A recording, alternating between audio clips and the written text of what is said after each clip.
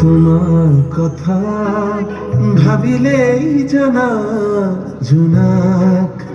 উপসি পরে বুকুর সিপারে এহেজাৰ গোলাপে ৰঙা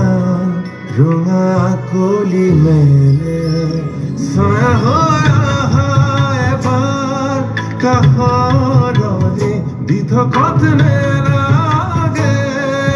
আহিবলে সপোনত অহা এবাৰ কাষৰলে তোমার কথা ভাবিলেই জানা জোনাক উপচি পৰে বুকুৰ সিপাৰে